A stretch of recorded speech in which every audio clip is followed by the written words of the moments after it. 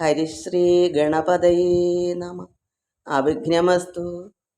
ഓം നമോ ഭഗവതേ വാസുദേവായ ശ്രീകൃഷ്ണ പരമാത്മനേ നമഃ. ഓം സർവ ഭക്തമക്കൾക്കും എൻ്റെ വിനീതമായ പ്രണാമം. എല്ലാവർക്കും നമസ്കാരം മക്കളെ. എല്ലാവർക്കും ശാന്തിയും സമാധാനവും എല്ലാ നന്മകളും ഉണ്ടാകാൻ പ്രാർത്ഥിക്കുന്നു. ഓം ലോക സമസ്ത സുഖിനോ ഭവന്തു. തൊണ്ട നമ്പലവും ചെറിയ ഒക്കെ ഉണ്ട്, തൊണ്ടയ്ക്ക് അസ്വസ്ഥത, സൗണ്ടടപ്പ്. നമ്മൾ നാരായണീയം ദശകം 23 ദക്ഷചരിതമാണ് വായിച്ചുകൊണ്ട് വന്നത്. ഇവിടെ നമ്മൾ ഒടുക്കം വായിച്ചത് ചിത്രകേതു അനേക ഭാര്യമാരുണ്ടായിരുന്നു. എന്നാൽ സന്തതികളില്ലാതെ വിഷമിച്ചപ്പോൾ ഒരു മഹർഷിയെ കണ്ടുകിട്ടി. അംഗരസ് എന്ന മഹർഷി. അദ്ദേഹത്തിൻ്റെ പ്രഭാവത്താൽ ഒരു മകനുണ്ടായി. എന്നാലോ ഈ മകൻ മുഖാന്തരം മറ്റുള്ള പത്നിമാർക്കൊന്നും സ്നേഹം കുറഞ്ഞു പോകുമെന്ന് കരുതി കുഞ്ഞിനെ വിഷം കൊടുത്ത് കൊന്നുകളഞ്ഞു. അങ്ങനെ ആ ചിത്രകേതു ബോധഹീനായി വീണു. അങ്ങനെ ദാനവ മഹർഷിയും അംഗരസ് മഹർഷിയോടെ ചെന്നിട്ട് അദ്ദേഹത്തിനെ സമാധാനിപ്പിച്ച് എന്താ ചെയ്തത്? മമത, അതായത് ഈ ലോക ചിന്തയിൽ ഇരിക്കുന്നവർക്ക് വിഷമം കൂടും, എല്ലാം ഒന്നായി കാണാൻ. അതുകൊണ്ട് മായാമോഹത്തിൽ അകപ്പെട്ടതിനാലാണ് ദുഃഖമുണ്ടായത്.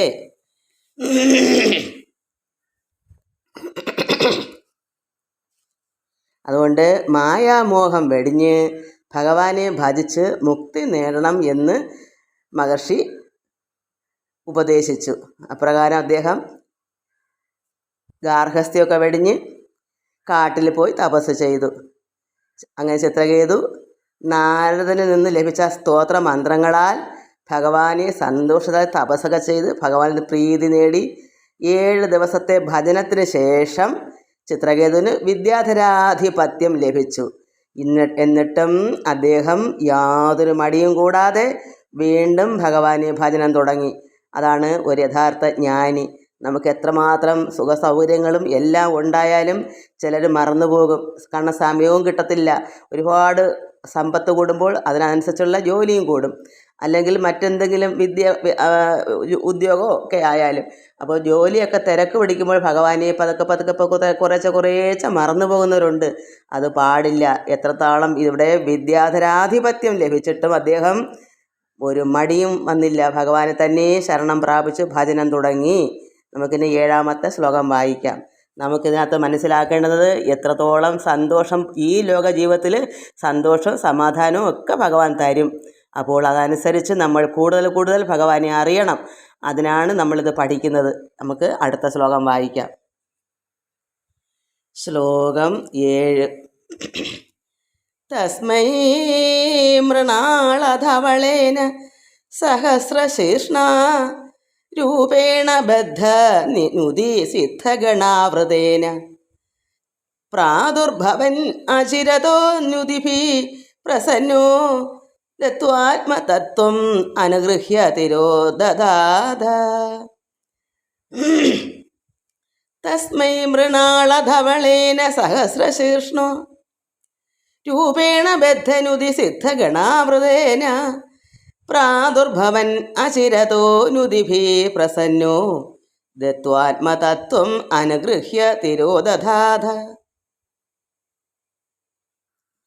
ഈ ശ്ലോകത്തിൽ ഭഗവാൻ നാരായണൻ ഗുരുവായൂരപ്പൻ ഇദ്ദേഹം ഇങ്ങനെ വീണ്ടും ഭജന നടത്തുമല്ലേ. അതായത് എത്രയെല്ലാം ഭാഗ്യം വന്നിട്ടും അദ്ദേഹം മടികൂടാതെ ഭഗവാനെ ഭജിക്കുന്നതിൻ്റെ പേരിൽ എന്ത് വന്നു?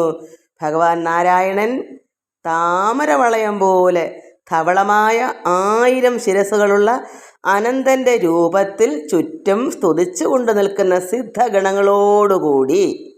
അതായത് ഭഗവാന്റെ ചുറ്റിനും താമരവളയം എങ്ങനെയാണ് ഭഗവാൻ നടുക്ക് നിൽക്കുന്നെങ്കിൽ ചുറ്റിനും സിദ്ധഗണങ്ങൾ.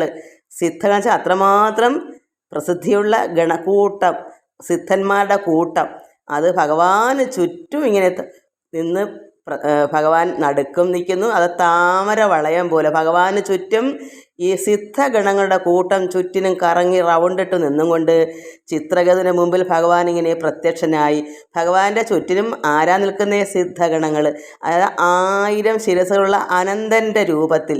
അത് ഭഗവാൻ നടുക്ക് നിൽക്കുന്നത്. ചുറ്റും ഒരുപാട് സിദ്ധങ്ങളുടെ തലകൾ കാണുമ്പം നമുക്ക് തോന്നും ഇത് 1000 തലയുള്ള ഈ അനന്തൻ പാമ്പാണല്ലോ, സർപ്പമാണല്ലോ എന്ന് തോന്നുന്ന രീതിയിൽ ഭഗവാന്റെ ചുറ്റും സിദ്ധഗണങ്ങൾ ഇങ്ങനെ ചുറ്റും നിൽക്കുന്നു.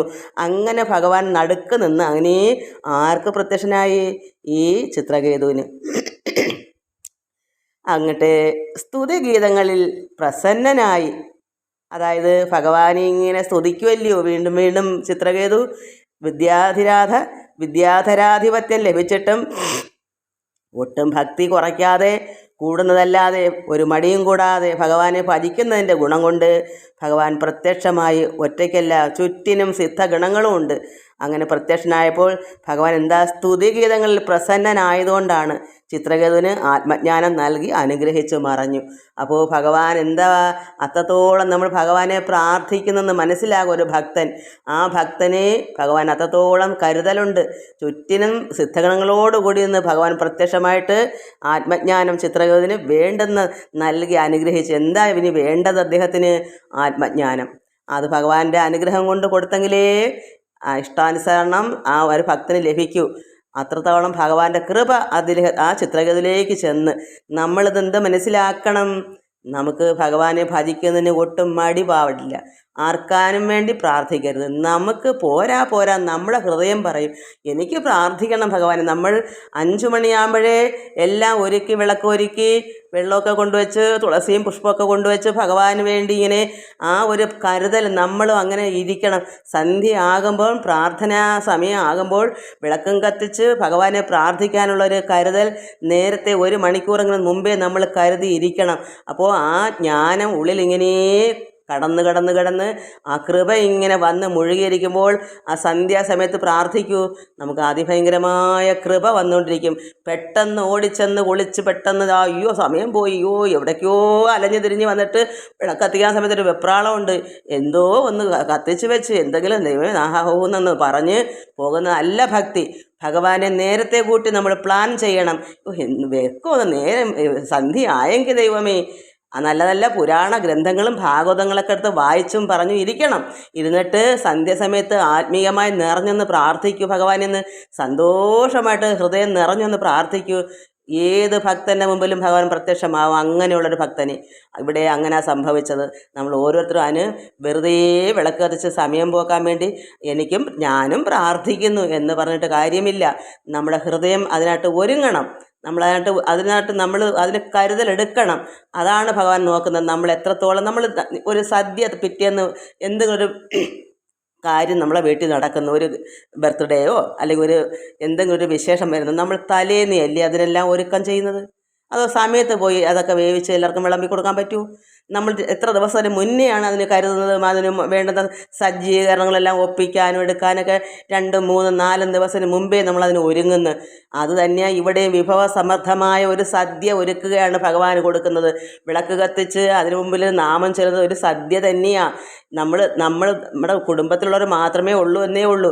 അങ്ങനെ ഉള്ളൊരു സദ്യ ആയാൽ നമ്മൾ ഭഗവാനെ ഭജിക്കുന്നത് ഒരു വിഭവസമൃദ്ധമായൊരു സദ്യയാണ്. അത് നേരത്തെ കൂട്ടി ഒരുങ്ങണം.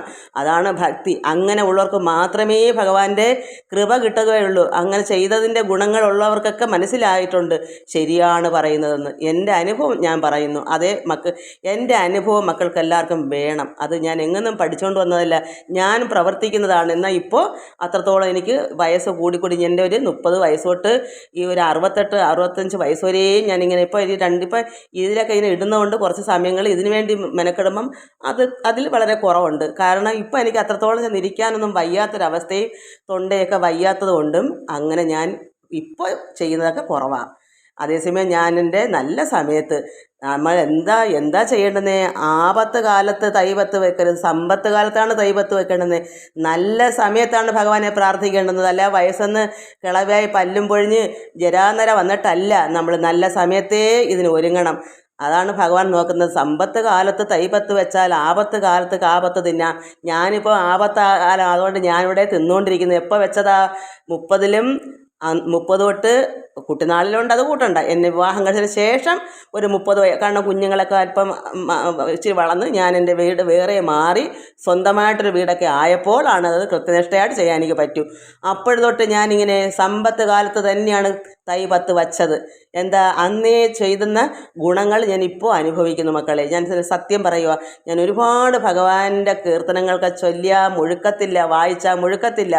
അങ്ങനെ കിടന്ന് ഉരുണ്ടും കരഞ്ഞും വിളിച്ചും ഭഗവാന് വേണ്ടി എന്തിനു വേണ്ടിയോ അങ്ങനെ ചെയ്തതിൻ്റെ ഗുണം ഞാനിപ്പോൾ സന്തോഷമായിട്ട് കഴിക്കുന്നു. ഇപ്പം ഞാൻ കഴിച്ചുകൊണ്ടിരിക്കുന്നു. ഇപ്പം ഞാൻ കാ 10 തിന്നുകൊണ്ടിരിക്കുന്നത്. പക്ഷേ തൈ 10 വെക്കുന്ന സമയമൊക്കെ കഴിഞ്ഞു പോയി. ഇനി എനിക്ക് ഇങ്ങനെ അങ്ങ് പോകണം. അതാണ്. അതിന് എന്ത് വേണം? നല്ല സമയത്താണ് ഈശ്വരനെ വിളിക്കേണ്ടത്. അല്ല മരിക്കാൻ സമയത്ത് ദൈവത്തെ വിളിച്ചാൽ ഞാൻ നിന്നെ അറിയുന്നില്ല എന്ന് തന്നെ പറയും. അതുകൊണ്ട് നമുക്ക് ഇതൊരു പാഠമാകുന്നു. നമുക്ക് അടുത്ത ശ്ലോകം വായിക്കാം. ശ്ലോകം 7 അല്ലല്ലേ 6 അല്ല 8. ശ്ലോകം 8 മക്കളെ. ഈ ഫോട്ടോ ഇങ്ങനെ വെക്കുന്നത് എന്തിനറിയാമോ? ഇത് എടുക്കുമ്പോഴേ ഇങ്ങനെ എപ്പോഴും വെച്ചില്ലെങ്കിൽ എപ്പോഴാണ് ഇത് ഇങ്ങനെ മാത്രം ഇരുന്നാൽ ഈ അക്ഷരമേ കാണും. ഇത് എപ്പോഴും ഇങ്ങനെ വെച്ചാലേ ഇങ്ങനെ ഇത് കിട്ടത്തുള്ളൂ. ഫോട്ടോ ഭഗവാന്റെ പടം നമ്മൾ യൂട്യൂബിലിടുമ്പോൾ അവിടെ വരണമെങ്കിൽ ഇത് ഇങ്ങനെ ഇരിക്കണം, അല്ലെങ്കിൽ കിട്ടത്തില്ല. അപ്പോൾ നമുക്ക് 8 വായിക്കാം. ത്വത് ഭക്തി മൗലേർ അധസോപിച്ച ലക്ഷലക്ഷം വർഷാണി ഹർഷുല മനാഭുവനേഷു കാമം സംഗാപയൻ ഗുണഗണം തവ സുന്ദരീഭിഃ സംഗാതിരേകരഹിതോ ലളിതം ചചാര തുൽഭക്തി മൗലിർ അധസോപി ച ലക്ഷലക്ഷം വർഷാണി ഹർഷുല മനാഭുവനേഷു കാമം സംഗാപയൻ ഗുണഗണം തവ സുന്ദരീഭിഃ സംഗാതിരേകരഹിതോ ലളിതം ചചാര. അങ്ങനെ ഭഗവാൻ ചിത്രകേതുവിന് ആത്മജ്ഞാനമൊക്കെ നൽകി മറഞ്ഞിട്ട് അതിനുശേഷം എന്താ സംഭവിച്ചേ? ഭഗവാൻ നന്നായി പ്രത്യക്ഷപ്പെട്ട് ചിത്രകേതുവിന് ആത്മജ്ഞാനമൊക്കെ കൊടുത്ത് പ്രസന്നനായി ഭഗവാൻ. അങ്ങനെ ഭഗവാൻ മറഞ്ഞു. അതിനുശേഷം ഭഗവാന്റെ പരമഭക്തനായ ആ ചിത്രകേതു അനേക കാലം ആനന്ദചിത്തനായി. അത്രമാത്രം ഭഗവാനുമായിട്ട് രമിക്കുന്നതിനാണ് ആനന്ദം. അത് ഈ ലോകചിന്തയിൽ ആനന്ദം വരത്തില്ല. പരമാത്മാവിൽ ലയിക്കുന്നതാണ് ആ ചിത്തം, ആ മനസ്സ് പരമാത്മാവിൽ ചേരുക, അത് രമിക്കുക, ലയിക്കുക. അങ്ങനെ ആനന്ദചിത്തനായി അത്രത്തോളം ഭഗവാൻ അനുഗ്രഹവും കൊടുത്തു. ആത്മജ്ഞാനത്തിനുള്ള എല്ലാ അനുഗ്രഹവും കൊടുത്തപ്പോൾ അദ്ദേഹം പരമഭക്തനായി. ചിത്രകേതു അനേക കാലം ആനന്ദചിത്തനായി. പിന്നെയോ സുഖഭോഗങ്ങൾ വിഭവിച്ചുകൊണ്ട് എന്നാലോ ആസക്തി അകന്ന് ഉല്ലാസമായി കഴിഞ്ഞുകൂടി. സുഖഭോഗങ്ങളും കൂടെ അദ്ദേഹത്തിന്, കാരണം ഒരുപാട് ഭക്തന്മാർക്ക് ഭഗവാൻ ഈ ലോകത്തിലുള്ള സുഖഭോഗങ്ങളും കൊടുക്കും. ചിലർ പറയും ഭഗവാനെ ഭജിച്ചാൽ ഇതൊക്കെ നഷ്ടപ്പെടുന്നു, വെറുതെയാ. നമുക്ക് ആവശ്യം എന്താണെന്ന് അറിഞ്ഞ് ഒന്നിനും ഒരു മുട്ടില്ലാതെ എന്താണ് നമുക്ക് ആഗ്രഹം, അങ്ങനെ ഈ ലോക ചിന്തയിൽ ഈ ലോകത്ത് എങ്ങനെ ജീവിച്ചാലാണ് സുഖഭോഗങ്ങൾ നമുക്ക് ഉള്ളത്? വളരെ ആസക്തി ഒന്നും ഉണ്ടാകത്തില്ല. ഉള്ളത് തന്നെയാണ് അധികം. പിന്നെ നമ്മൾ എന്തിനാ ആസക്തി ഉണ്ടാകുന്നത്? എനിക്ക് ഇപ്പോൾ എൻ്റെ കാര്യം പറഞ്ഞാൽ എനിക്ക് സർവ്വതും അധികമാണ്. പിന്നെ എനിക്ക് എന്തിനാ ആസക്തി? അത് വേണം ഇത് വേണം എന്ന് ആസക്തി വേണോ? എല്ലാം അധികമാണല്ലോ. പിന്നെ എനിക്ക് വേറൊന്ന് വേണമെന്ന് ചിന്തിക്കേണ്ട കാര്യമുണ്ടോ? അതുപോലെ ഈ ചിത്രകേതുവിന് ആസക്തി ഒഴിഞ്ഞ് അദ്ദേഹത്തിന് ഒന്നും വേണ്ട. എന്നാലോ സുഖഭോഗങ്ങളെല്ലാം ഉണ്ട് ഭവിച്ചുകൊണ്ട്. അപ്പോൾ എന്ത് സുഖമുണ്ടോ ഈ ലോകത്തിൽ അതും അനുഭവിച്ചുകൊണ്ട് പരമാത്മാവിൽ ആനന്ദചിത്തനും ആകുന്നു. അത് എനിക്ക് പറയാനുണ്ട്. എൻ്റെ അനുഭവം അങ്ങനെയാണ്. ഞാൻ ഭഗവാനിൽ ആനന്ദം പരമാനന്ദം അനുഭവിക്കുകയും ചെയ്യുന്നു. എനിക്ക് ഈ ലോകത്തിലുള്ള എല്ലാ സുഖ സൗകര്യങ്ങളും ഉണ്ട്. എങ്ങനെയുണ്ട്? എൻ്റെ ആവശ്യത്തിന് അധികമുണ്ട്. അതാണ് എനിക്ക് പറയാൻ പറ്റൂ. അതെന്താ പറയുക വെച്ചാൽ, എന്നെക്കാൾ ഒരുപാട് സമ്പത്തും കീർത്തിയൊക്കെ ഉള്ളവരുണ്ട് ഈ ലോകത്തിൽ, വളരെ വളരെ ഉള്ളവരുണ്ട്. പക്ഷേ എനിക്ക് എൻ്റെ വെച്ച് നോക്കുമ്പോൾ എനിക്കിതെല്ലാം അധികമാണ്. പിന്നെ ആസക്തി ആഗ്രഹിക്കണോ? എനിക്ക് ആവശ്യങ്ങളെല്ലാം ഇവിടെ ഇല്ലേ, പിന്നെ ഞാൻ ഒന്നിനെ ആഗ്രഹിക്കണം. അതുപോലെ ഇവിടെ ചിത്രകേതു ഒന്നിനും ആസക്തി ഇല്ല, ആഗ്രഹമില്ല. എന്നാലോ സുഖ സൗകര്യങ്ങളോട് ഭവിച്ചുകൊണ്ട് തന്നെ അദ്ദേഹം പരമാത്മാവിൽ ലയിച്ചുകൊണ്ട് തന്നെ തൃപ്തനായി കഴിയുന്നു, ആനന്ദചിത്തനായി കഴിയുന്നു. അത് നമുക്കെല്ലാവർക്കും അങ്ങനെ ആകണം. ഒരുപാട് വാരി കൂട്ടിയാലും നമ്മൾ അനുഭവിക്കുന്ന ആനന്ദത്തിന് ആണ്, അതിരില്ലാത്ത ആനന്ദം നമ്മൾ അനുഭവിക്കുമ്പം നമുക്ക് എല്ലാം അധികമാണ്. ഒരുപാട് വാരി കൂട്ടി വെച്ചിട്ട് ആർക്ക് കൊടുക്കാനാ? മരിക്കുമ്പം ഇതെല്ലാം നമ്മൾ കൊണ്ടുപോകുമോ? അപ്പം നമുക്ക് ഉള്ളിടത്തോളം കാലം നമ്മൾ അരനിമിഷത്തെ ജീവിതം, ആ ജീവിതം ജീവിക്കുമ്പോൾ സുഖ സൗകര്യങ്ങളോട് ജീവിക്കണം. നമുക്ക് എല്ലാ സുഖവും സൗകര്യവും എല്ലാം വേണവും താനും ഭഗവാനിൽ രമിക്കുകയും വേണം. പരമാത്മാവാണ്, ഈശ്വരനാണ്. ആ ഈശ്വരനിൽ നമ്മൾ ചേരുക, ലയിക്കുക, ആനന്ദിക്കുക, പരമാനന്ദം അനുഭവിക്കുക.